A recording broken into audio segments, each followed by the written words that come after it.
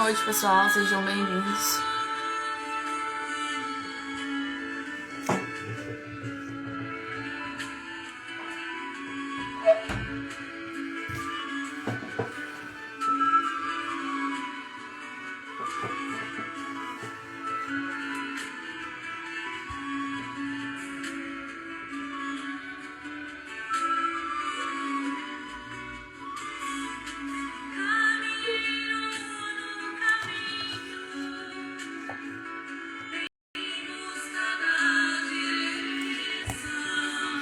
Boa noite.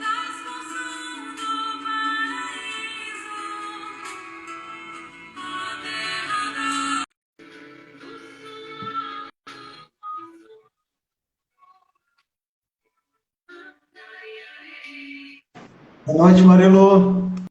Oi, Luiz. Boa noite, tudo bem? Tudo e com você? Joia, graças a Deus. Tá me ouvindo bem? Sim, te ouço e te vejo bem. Oi? Te ouço e te vejo bem. Você tá me Ah, ouvindo? sim, muito bem, muito bem.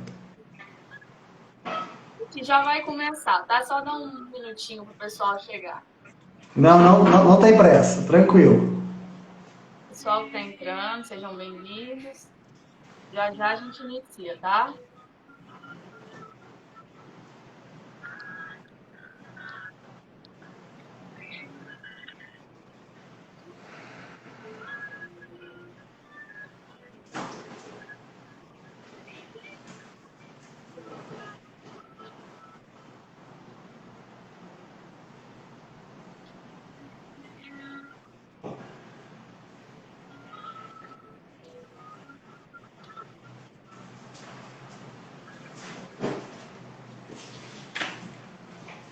Bom, então a gente já vai dar início fazendo a nossa prece, são 7h30.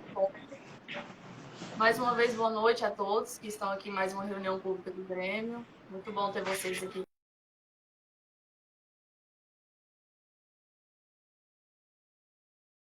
Deus, concentrar naquilo que nós viemos. Senhor Deus, mais uma vez pedimos o seu auxílio, o auxílio da espiritualidade amiga. Que o Senhor possa nos abençoar e nos iluminar hoje. Abençoe o nosso ministrante, Luiz Fernando. Que nós possamos absorver tudo o que ele vem nos ensinar, tudo o que ele vem compartilhar conosco. Nosso que está nos céus, santificado seja o vosso nome. Venha a nós o vosso reino. Seja feita a vossa vontade, aqui na terra como no céu. De cada dia nos dai hoje. Perdoai as nossas ofensas, assim como nós perdoamos a quem nos tem ofendido. Não nos deixe de cair em tentação, mas livrai-nos do mal, porque teu é o reino, o poder e a glória em Cristo para todos sempre.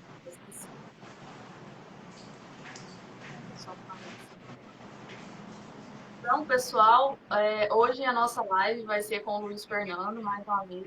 Eu desde já agradeço, Luiz, pela sua vontade, mais uma vez, de ajudar a gente aqui.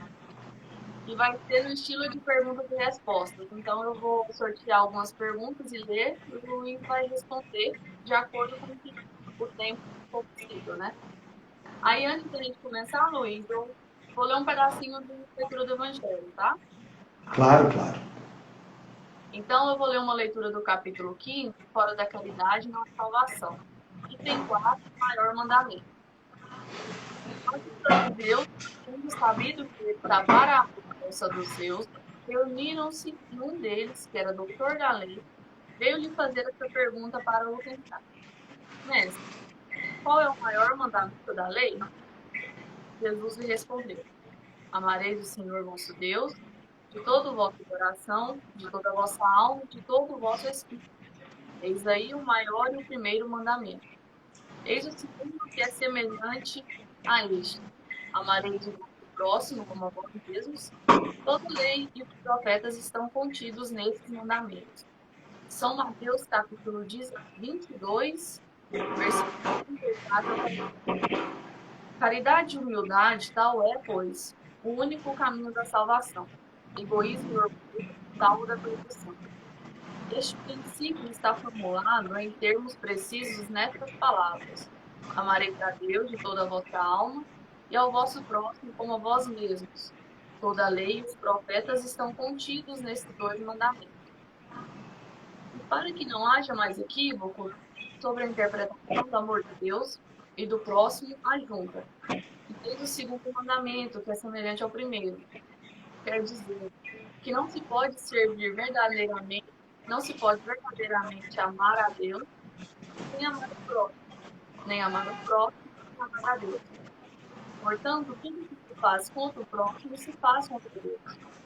Não podendo amar a Deus sem praticar a caridade para com o próximo, todos os deveres do Éden se encontram resumidos nessa máxima. Fora da caridade, não é máxima. Então, eu vou começar a fazer as perguntas, tudo bem, Luiz? Tudo ótimo. Boa noite, Marilu. Boa noite, meus queridos irmãos, minhas queridas irmãs do Grêmio Espírita Allan Kardec, da nossa querida cidade de Inhumas. Mais uma vez é uma grande alegria estar aqui junto com vocês e esperamos que possamos ser útil aí nas perguntas que forem feitas. Isso aí. Então vamos começar. Vou pegar uma pergunta aqui.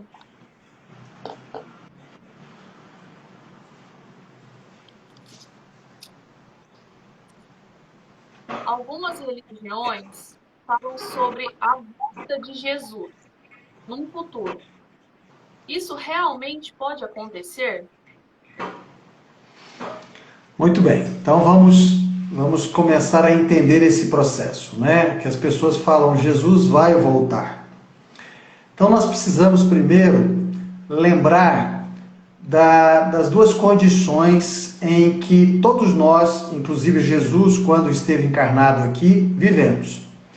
Nós temos um corpo físico, enquanto encarnados, e nós temos um corpo espiritual, enquanto desencarnados. Evidentemente que a nossa visão física, nós somos muito apegados às questões da matéria. Então, quando nós pensamos que em Jesus, por exemplo, a gente imagina aquela imagem de Jesus, aquele corpo de Jesus, aqueles cabelos de Jesus, enfim, tudo aquilo que nos é passado em relação à imagem, né, em que Jesus é retratado para todos nós. E nós acreditamos que Jesus é aquilo. No entanto, nós precisamos compreender que Jesus é muito mais do que aquilo. Assim como o Luiz Fernando é muito mais do que o Luiz Fernando, né? A Marilu é muito mais do que a Marilu. Ou seja, nós estamos representando apenas o nosso último estágio evolutivo. Existem milhares de outras encarnações que estão junto conosco nesse exato momento. Então eu não sou o Luiz Fernando, eu estou o Luiz Fernando. Muito bem. Quando a gente lembra de Jesus, nós precisamos fazer uma separação entre Jesus de Nazaré e Jesus Cristo. Jesus de Nazaré não é o mesmo que Jesus Cristo. São duas questões distintas. Jesus de Nazaré é aquele corpo físico que foi criado através de Maria e José. E Jesus, então, o Espírito que foi chamado de Jesus, teve um corpo físico. Então, Jesus de Nazaré tinha um corpo físico idêntico ao nosso. Ele tinha necessidades fisiológicas, ele precisava se alimentar, ele precisava tomar água, ele precisava dormir, ele tinha todas as necessidades fisiológicas naturais que nós temos, porque ele tinha um corpo físico. Era uma coisa absolutamente natural. E daí, então, a gente pode compreender como que muitas vezes a gente acha que quem sofreu foi Jesus, o Cristo. Na realidade, quem sofreu na crucificação foi o corpo físico de Jesus de Nazaré. Porque Jesus de Nazaré sentia dor, como todos nós sentimos dor porque temos um corpo físico. Mas Jesus Cristo não sentia dor, né? Ele simplesmente não sentia dor porque ele não tinha um corpo físico e ele não sofria. Por quê? Porque o sofrimento é moral. Então, quando a gente imagina Jesus carregando aquela cruz no seu Calvário e os outros xingando ele, cuspindo, né? Gritando que ele era um falsário, que ele era um mentiroso e tudo mais, a gente imagina que Jesus sofreu com isso. É claro que não. Tanto que não, que no final, quando ele estava terminando a crucificação, ele olha para os céus e fala: Pai, perdoa-os, eles não sabem o que fazem. Então é claro que o Jesus de Nazaré tinha, através do conhecimento do Jesus o Cristo, todo o entendimento daquilo que estava acontecendo. Ele veio para uma missão, que foi exatamente a missão de trazer o Evangelho. Porque a gente precisa lembrar que o Evangelho não é de Jesus, o Evangelho é de Deus. E ele veio, evidentemente, através de Jesus. E a gente, de forma comum, a gente fala, o Evangelho de Jesus, o Evangelho de Jesus, que prega principalmente o amor. Muito bem. E aí, a gente pensa que aquele corpo físico acabou, né? Desintegrou, como realmente desintegrou, e virou pó. E aí a gente pensa assim, mas então Jesus vai voltar? O Jesus de Nazaré, não. Aquele corpo físico não volta nunca mais. Mas e Jesus Cristo? Ele volta? Também não. E por que Jesus Cristo não volta? Porque Jesus, o Cristo, é a mensagem que Jesus de Nazaré trouxe para nós. Jesus Cristo é o Evangelho que o Jesus de Nazaré trouxe para nós. E por que ele não volta? Porque ele nunca foi. A mensagem de Jesus de Nazaré continua conosco há mais de 2000 anos. Então, essa mensagem, né, que é o Cristo, o Jesus, o Cristo, ela não foi embora. Se ela não foi embora, ela não vai voltar, porque ela já está conosco. Qual que é o problema? Nós não a praticamos. Vamos pensar, vamos raciocinar. Nós estamos vivendo no mundo atual de guerras, de egoísmo, de violência, de insatisfação, de suicídios, de pandemia, enfim, um mundo cheio de problemas. Com a mensagem do Cristo, de Jesus Cristo, junto conosco, há 2000 anos. Quantas e quantas encarnações nós já tivemos para tentar colocar em prática as lições do Jesus Cristo e nós não a colocamos? E aí a gente imagina, não, e se Jesus reencarnar, ter um novo corpo físico, vai resolver? Você acredita que isso acontece dessa forma? É claro que não. Por quê? Porque a mudança nunca acontece em nós de fora para dentro. Ela só acontece em nós de dentro para fora. Então, nós não precisamos, nenhum de nós, espíritos que aqui estamos encarnados, precisamos de um espírito encarnado para nos mudar. Porque ele não tem essa capacidade. Nem Jesus Cristo conseguiu mudar a humanidade. E ele trouxe a mensagem para que fizesse essa mudança. Então, a espiritualidade de luz observa que de nada adianta um espírito de luz do nível de Jesus, que é um Cristo cósmico, reencarnar. Por quê? Porque isso parte de cada um de nós. Se eu quero mudar o mundo, eu preciso começar mudando por mim mesmo. Pelas minhas atitudes, pelos meus pensamentos, pelos meus sentimentos, pelas minhas emoções e assim por diante. Transformando as minhas mazelas morais em virtudes morais. Aí sim eu vou me iluminando.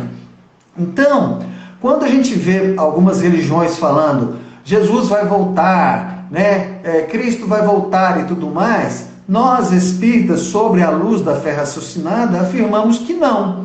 Por quê? O Jesus de Nazaré não volta porque aquele corpo físico acabou. É um corpo físico como qualquer outro que nós temos aqui, que já vivemos vários. E o Jesus de Cristo, o Jesus Cristo não vai voltar porque ele nunca foi embora. Porque a mensagem do Evangelho, que é o Jesus Cristo, permanece conosco há mais de 2000 anos. Então, quando a gente fala isso, é como se a gente quisesse transferir para um terceiro a responsabilidade de nos salvar. Sendo que isso não é possível. O processo de salvação, ou de iluminação, ou de cristificação, ele parte de dentro de nós para fora. Então, nós podemos ter em Jesus, nós podemos ter em Buda, nós podemos ter em Krishna, nós podemos ter em Moisés, nós podemos ter em qualquer indivíduo que a gente julga de elevado padrão moral, uma referência para fazer as nossas mudanças morais. Mas quem vai realizar efetivamente essa mudança somos nós mesmos, conosco mesmo, no nosso íntimo. Então, essa ideia de algo externo, de algo material, vir para o mundo para nos mudar, na realidade não vai ocorrer. Por quê? Porque o que nos muda efetivamente somos nós conosco mesmo, né? Quando a gente vai lá no Livro dos Espíritos, a gente encontra uma questão em que Allan Kardec pergunta para os espíritos essa capacidade de mudança. Se as pessoas podem se modificar. E os espíritos dizem que sim, e que, aliás, é muito fácil elas se modificarem. Qual que é o problema? A vontade. Falta a vontade aos indivíduos, a nós todos. E é interessante porque muitas vezes, na questão seguinte, os espíritos falam que muitas vezes as pessoas têm a vontade só nos lábios, mas que no seu íntimo acham bom as coisas não se modificarem. Por quê? Porque aí elas mantêm o vício, elas mantêm as manias, elas mantêm todo esse cabedal de situações que a gente vive, em que nós somos muito apegados da matéria ou dos processos da matéria em que nós vivemos. Então, para o Espiritismo, dentro da luz da fé raciocinada, Jesus não vai voltar, nem o Jesus de Nazaré, porque aquele corpo físico acabou, e nem o Jesus Cristo, porque ele não vai voltar, porque ele não foi embora. A mensagem do Mestre continua conosco há 2000 anos e que, infelizmente, a maioria de nós continua a desperdiçar as oportunidades que temos. Não tem muito para onde correr, né, Luiz? Não. Não dá para terceirizar a nossa evolução espiritual. Próxima pergunta. Quando dormimos, estamos mais suscetíveis à perseguição de desafetos espirituais? Não necessariamente. O que ocorre quando nós estamos dormindo, nós fazemos o que nós chamamos de desdobramento astral. O nosso corpo astral, o nosso espírito, se descola do nosso corpo físico. Mas isso não quer dizer que a gente vai estar mais acessível a ele. Por quê? Aos nossos inimigos espirituais, aos nossos, vamos dizer assim, os nossos obsessores. Por quê?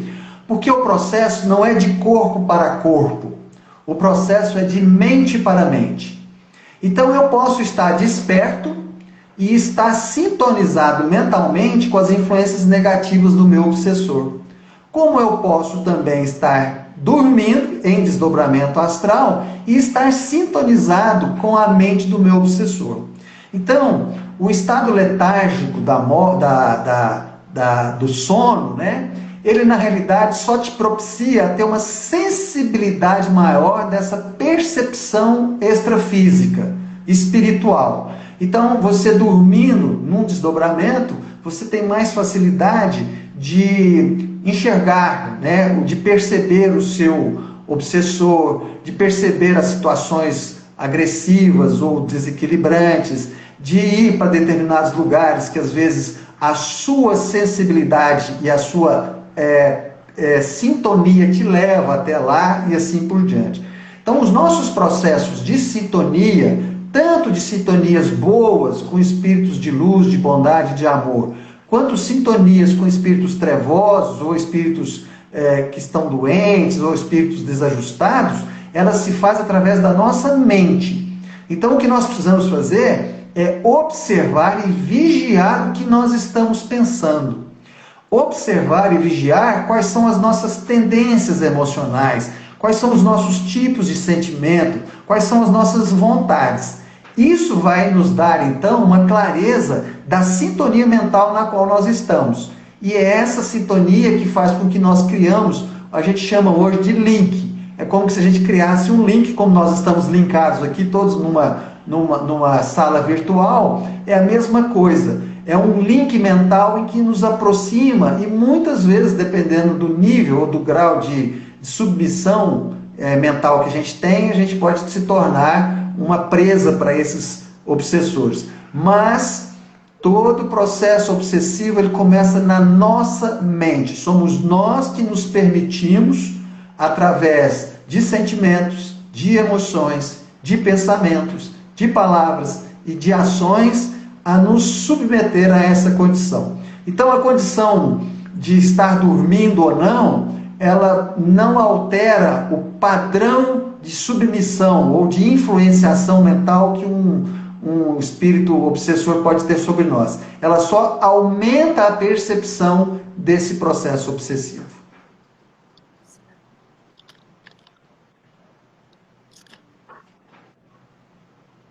próxima pergunta: todos os espíritos são evoluídos?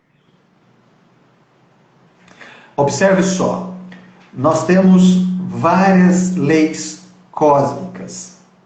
E a lei cósmica mais importante é a que Jesus nos trouxe, que é a lei do amor. E essa lei, Jesus desdobrou ela em duas. Amar a Deus sobre todas as coisas, a primeira. E amar ao próximo como a segunda. Como a si mesmo, que é a segunda. Essas duas leis, todas duas resumem no amor. Aliás, o Evangelho de hoje nos falou sobre isso, né? Porque a caridade é a filha dileta do amor. Nós, então, entendemos que essa é um guarda-chuva, essa lei é o guarda-chuva que tem todas as outras leis cósmicas debaixo delas. E as outras leis cósmicas, nós temos, por exemplo, a lei da reencarnação, a lei do livre-arbítrio, a lei da evolução, a lei do equilíbrio, né? A lei da ação e reação, que é a que a gente chama de lei kármica, mas na realidade é a lei da ação e reação, e outras tantas, né? A lei das afinidades, por exemplo, uma obsessão, ela ocorre em função da lei da afinidade. Pensa de um jeito, o outro também se afiniza. Mas, depois desse guarda-chuva, existe a terceira lei mais importante de Deus. Qual é? A lei da evolução. Por quê? Porque tudo no universo está fadado a evoluir. E a lei da evolução se desdobra numa outra lei, que é a lei da impermanência. Porque nós evoluímos, tudo muda o tempo todo. Então, a partir do momento em que tudo está mudando o tempo todo, todos nós estamos sempre evoluindo. A doutrina espírita nos explica que o espírito não evolui. Ou seja, eu não consigo, numa encarnação, me evoluir, o meu padrão de evolução. O que eu consigo numa encarnação, se eu vivo uma encarnação muito errática, muito errada, eu consigo muito karma. E aí então eu vou ter, às vezes, décadas, milênios, séculos de sofrimentos para resgatar aqueles débitos que eu cometi numa encarnação. Mas eu não evoluo. Eu não evoluo. Então, cada um de nós, a cada segundo, evolui um pouquinho. A gente não percebe. Por quê? Porque essas mudanças são minúsculas. A nossa mente não consegue perceber. É claro que, evidentemente, a gente pode facilitar esse processo evolutivo ou dificultá-lo. E o espírito pode ficar estagnado. Mas evoluir, a gente não evolui. Se a gente não evolui, a cada momento que nós estamos vivendo, nós estamos evoluindo, mesmo que eu esteja estagnado, porque aquela estagnação, em último caso, vai servir de evolução, porque eu vou aprender com aquilo em algum momento. Então, todos os espíritos estão em evolução. Não é um processo estático, é um processo dinâmico. E às vezes a gente tem muita dificuldade nisso, porque a gente pensa do começo, do meio e do fim. Nós fomos criados como espíritos, começamos a evoluir e nós vamos evoluir até um certo ponto e naquele ponto nós não vamos mais evoluir. Não, nós vamos evoluir eternamente. Só para a gente ter uma ideia, o padrão de evolução de Jesus é muito, mas muito maior do que o nosso. Só para a gente ter uma ideia, quando o planeta Terra foi criado, há 4 bilhões e meio de anos atrás, Jesus já era um Cristo cósmico, que é algo que nós vamos alcançar daqui a alguns bilhões. Então, calcula-se que Jesus é um Cristo cósmico com aproximadamente 5, 6 bilhões de anos de existência.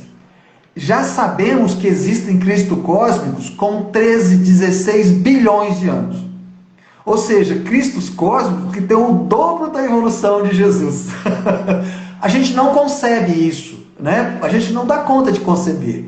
E aí a gente imagina que um Cristo cósmico como Jesus, ele é um co-criador de Deus, ou seja, ele tem a capacidade de co-criar, por exemplo, um planeta como o planeta Terra. E colocar nesse planeta Terra um monte de espíritos para poder evoluir. Então a gente percebe que a percepção, né, o entendimento, a compreensão desse processo evolutivo é algo assim, gigantesco. E que transporta, né, de uma forma absurda, né, transborda, aliás, de uma forma absurda, a nossa capacidade de raciocínio, de cognição. Agora, que é fato é que todos os espíritos estão em evolução e cada um está no nível. E o que é mais incrível, a gente pensa assim, bom, nós no planeta Terra estamos todos mais ou menos no mesmo nível evolutivo. É verdade. Mas cada um de nós, na nossa casa, dentro da nossa família, se você pegar o pai, a mãe, 3 filhos, cada um vai estar num nível evolutivo. E aí vão vir os netos que vão estar num outro nível evolutivo, e assim sucessivamente. E não é porque é o pai, não é porque é o avô que é mais evoluído que o filho ou que o neto, né? E que é essa evolução? Quando a gente fala evolução, o que é essa evolução? É evolução moral. Não é evolução pura e simplesmente intelectual, do saber intelectual, do conhecimento técnico, não. Evolução espiritual. Então, quando a gente fala que um espírito é um espírito de luz, ele é um espírito que é moralmente elevado. E aí, essa característica moral é que define o nível evolutivo. Até porque nós temos hoje homens inteligentíssimos fabricando bombas para matar outros homens, fabricando equipamentos para acabar com a natureza e assim por diante. Então a gente percebe que a inteligência pura e simples, ela não traduz qualidade moral, que é o que define a evolução do ser humano.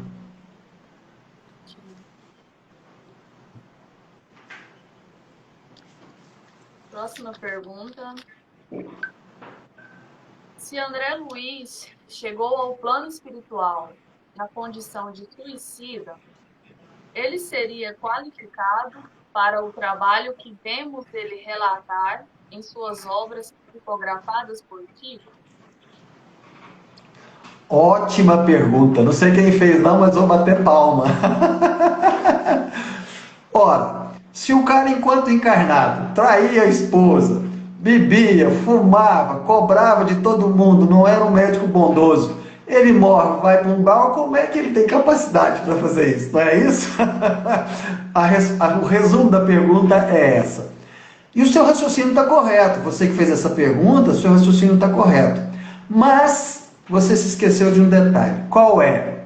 Nós estamos submetidos às leis cósmicas e uma das leis mais importantes é a lei da evolução, que eu acabei de falar sobre ela.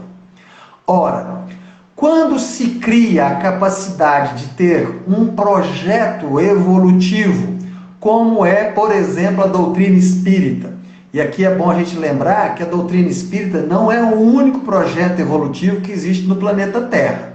É um dos projetos evolutivos que a espiritualidade nos trouxe. Muito bem, dentro do escopo, dentro da estrutura da doutrina espírita, nós precisamos de relatos, de conhecimentos, de informações que vêm através de uma psicografia para que nós vamos construindo esse mosaico de entendimento da fé raciocinada que a doutrina espírita se baseia. E aí, para que isso aconteça, nós precisamos de elementos que inclusive vivenciam ou que vivenciaram todas as situações para que eles pudessem efetivamente nos trazer, sobre uma visão mais ampla, um âmbito maior, toda essa capacidade de regeneração, de recomeço, de evolução. Então, nada melhor do que nós pegarmos um indivíduo errante, como foi André Luiz, mas que a partir do momento em que ele foi resgatado, ele entendeu toda a estrutura e se predispôs a fazer, inclusive se colocando, né, como uma vitrine, porque ele existiu. É possível você encontrar, né, em termos biográficos, né, dentro da biografia, quem foi ele, é possível, expondo ele e a família dele, ou seja, ele pegou o orgulho dele e deu um nó, e mostrar como que todo o processo se desenvolveu, fazendo um trabalho magnífico com Francisco Cândido Xavier, que é todo o trabalho dos 16 livros que ele passou para o Chico Xavier. E aí a gente percebe que não só, por exemplo, André Luiz. E se a gente pegar, por exemplo, a figura de Saulo de Tarso? Se a gente ler, por exemplo, Paulo e Estevão, nós vamos ver a trajetória de Saulo, né, que depois da queda de Damasco, do encontro com Jesus, se tornou Paulo. Nós vamos vendo que Saulo era terrivelmente mau, né? Legalista, né? Aliás, ele foi a Damasco, né? Procurando um cristão para matar, né? E a gente vê que ele se tornou o maior apóstolo do cristianismo. Essa que é a grande realidade. Quando a gente olha os apóstolos de Jesus, Pedro era preconceituoso, era maldoso, era maledicente, né? Judas foi um traidor, né? Tiago adorava dinheiro, né? Zaqueu adorava, ele era sovina. Então a gente vai percebendo que esses traços dessa podridão moral que todos nós carregamos, ela faz parte do processo evolutivo.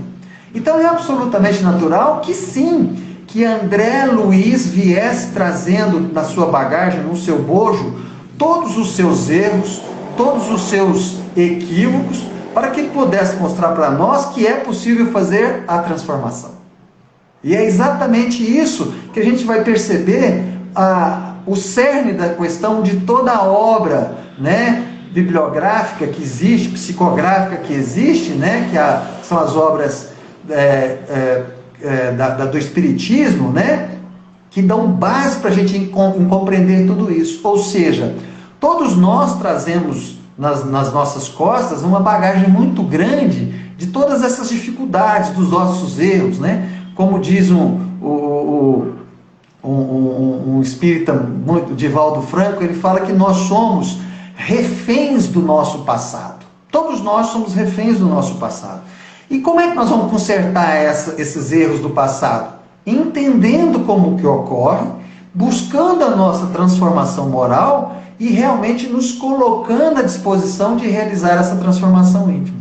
Então, quando a gente vê todo o desenrolar do trabalho que André Luiz fez, é para que nos dá exatamente essa capacidade de entender que todos nós somos errantes, que todos nós estamos num processo evolutivo, mas que sim, existe a luz no final do túnel, que existe sim uma bondade infinita de Deus e da espiritualidade bondosa para conosco, para que se nós quisermos ter realmente vontade, nós vamos conseguir avançar e transpor todas essas barreiras, todas essas dificuldades que existem.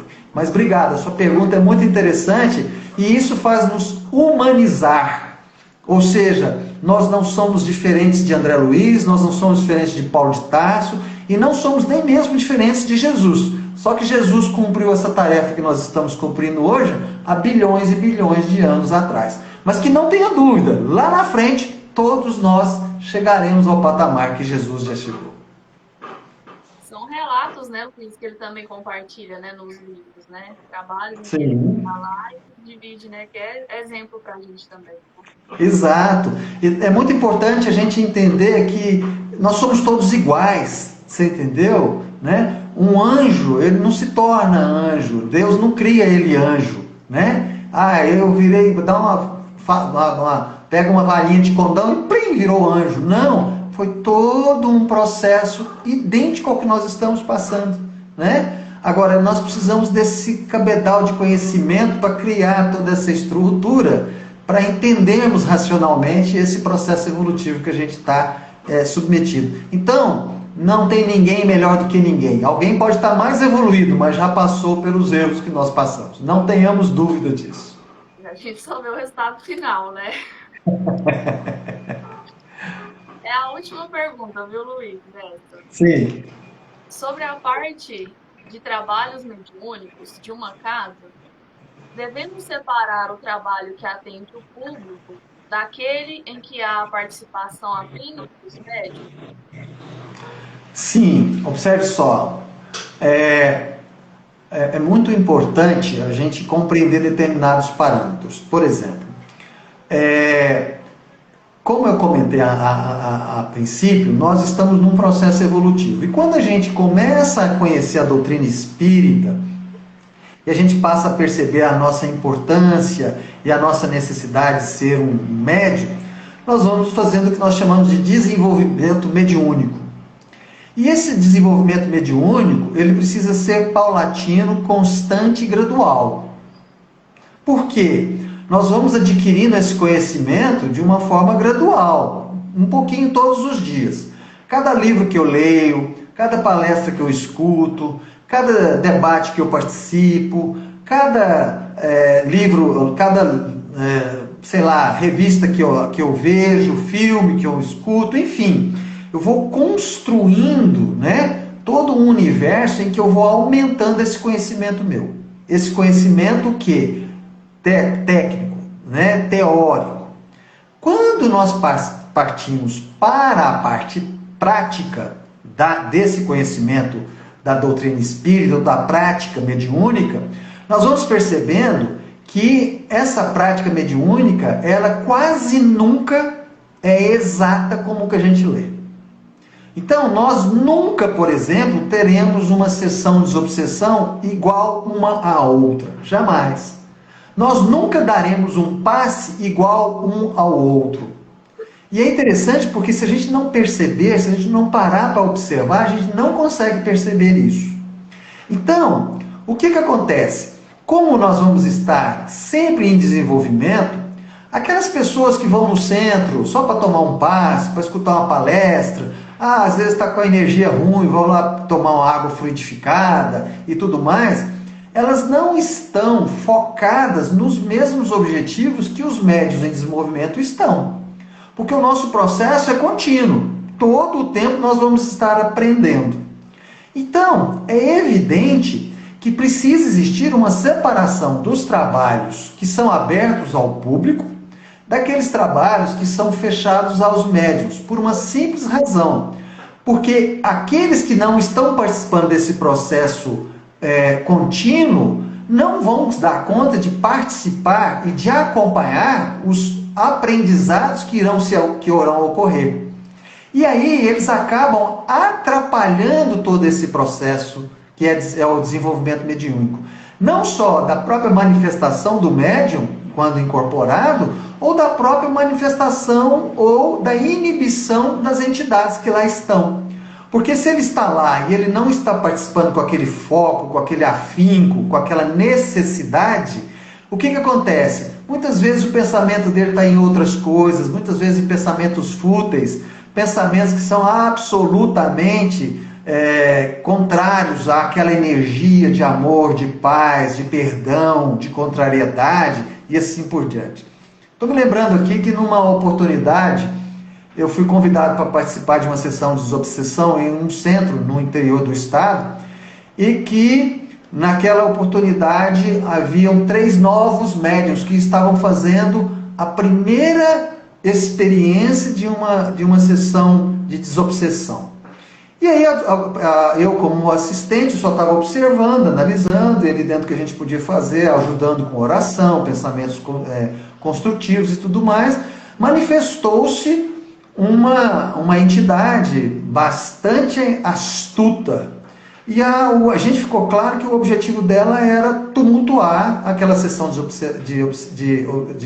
desobsessão. E o que ela fez?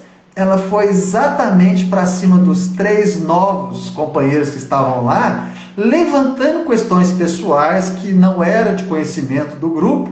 E aí vocês imaginam a confusão que isso causou. Quase que tendo agressão física, porque um dos indivíduos achava que o médium incorporado estava falando direto para ele, quando na realidade não era. Então eu só estou dando rapidamente uma ideia do desatino que isso pode causar, quando não há o quê? Um processo que precisa ser sistematizado, ele precisa ser construído, ele precisa ser planejado, organizado, para que cada vez mais aqueles participantes estejam mais preparados para realizar esse trabalho, que pode ser de desobsessão, que pode ser de evangelização, que pode ser de paz, pode ser o que for, mas de uma forma realmente que ele esteja ali para contribuir com todo aquele processo e não para dificultar. Por isso que há a necessidade da separação dos trabalhos, com certeza. Certo. A gente ainda está com o tempo e tem uma pergunta que eu estou tentando ler. Ricardo, em leituras como ação e reação, sinto minha vibração mais baixa. É aconselhável evitar essas leituras, mesmo sendo importante para o nosso conhecimento? Observe só, essa pergunta é muito boa também. Observe só. Eu escuto muito ela em relação a um livro que se chama Memórias de um Suicida. Porque as pessoas, né? O que, que acontece? Quando você está lendo o livro, você mergulha naquilo ali. Por isso que é muito importante a gente ler o Evangelho, porque quando a gente lê o Evangelho, a gente mergulha naquela energia, a gente está linkado com a espiritualidade de luz. Por isso que ler o Evangelho não é só as palavrinhas que estão lá, não. É a sintonia energética, vibracional que a gente cria com a espiritualidade de luz. Quando você lê um livro desse, você tem a mesma percepção e o mesmo posicionamento. O que, que o indivíduo tem que fazer? Na minha opinião, eu acho que ele precisa se preparar, fazer uma oração, pedir o amparo do anjo da guarda dele, dos guias espirituais dele, mas jamais deixar de ler. Por quê? Porque ele precisa conhecer todas essas nuances para saber lidar com essa realidade. Porque é uma realidade que existe. Ela não é uma realidade física, mas ela é uma realidade espiritual e que, encarnado ou desencarnado, qualquer um de nós, dependendo das circunstâncias e da necessidade, podemos ter a necessidade de encarar, de enfrentar. Então, nada mais importante do que o conhecimento. Agora, nós precisamos, evidentemente, ter um conhecimento de como nós podemos lidar com essas energias. Nós estamos falando de um livro, mas podia ser um ambiente, assim por diante, né? Eu estou me recordando de uma oportunidade em que o indivíduo chegou para o Chico Xavier e falou assim: Chico, qual o problema de eu entrar num prostíbulo? E o Chico respondeu para ele: ó, não tem problema nenhum você entrar, o problema é como você vai sair. Então, se você se prepara, você pode entrar num ambiente de vibrações muito pesadas e sair de lá muito bem. E se você não se prepara, você pode sair realmente bagaçado, vamos dizer assim. E isso é engraçado, não é só nesses lugares, não. Às vezes em ambientes mesmo de trabalho, né? Num ambiente que às vezes, numa casa em que está tendo muito conflito familiar, a gente entra e sai com aquela energia pesada. Então nós temos que estar sempre muito vigilantes. Por isso que Jesus nos pediu vigiar e orar. E ele pediu primeiro para vigiar, para depois orar. Por que, que ele pediu primeiro para vigiar? Porque a vigilância é nossa. Então a responsabilidade primeiro é nossa. Quando a gente ora, a gente pede o amparo e proteção da espiritualidade. Aí é o auxílio externo. Então, vamos ler um livro desse, vamos em determinados lugares, vamos encontrar com determinadas pessoas, enfim, quando sabemos que vamos entrar com esses processos que podem gerar algum tipo de desequilíbrio em nós, eu não acho que nós devemos nos furtar a fazer. O que eu acho que nós devemos nos preparar corretamente e aí sim partirmos para fazer aquilo da melhor forma possível. Porque quando a gente faz da melhor forma, bem intencionado, com bom senso, com tranquilidade, com equilíbrio, não tem como dar errado, sempre dá certo. E o que é mais importante, nós vamos construindo um processo de preparo, de qualificação, de expertise para a gente lidar com essas situações que são corriqueiras, que acontecem na vida de todos nós. Isso mesmo. Então, agora a gente acabou as nossas perguntas e mais uma vez eu agradeço, Luiz, que foi maravilhosa a live de hoje. Muito obrigada mais uma vez. Deus te abençoe. Eu que agradeço a você, Marilu, ao Grêmio Espírita Allan Kardec de Trindade, a todos os meus queridos amigos, amados daí. Estou morrendo de saudade de vocês, mas se Deus quiser, assim que for possível, estaremos juntos novamente.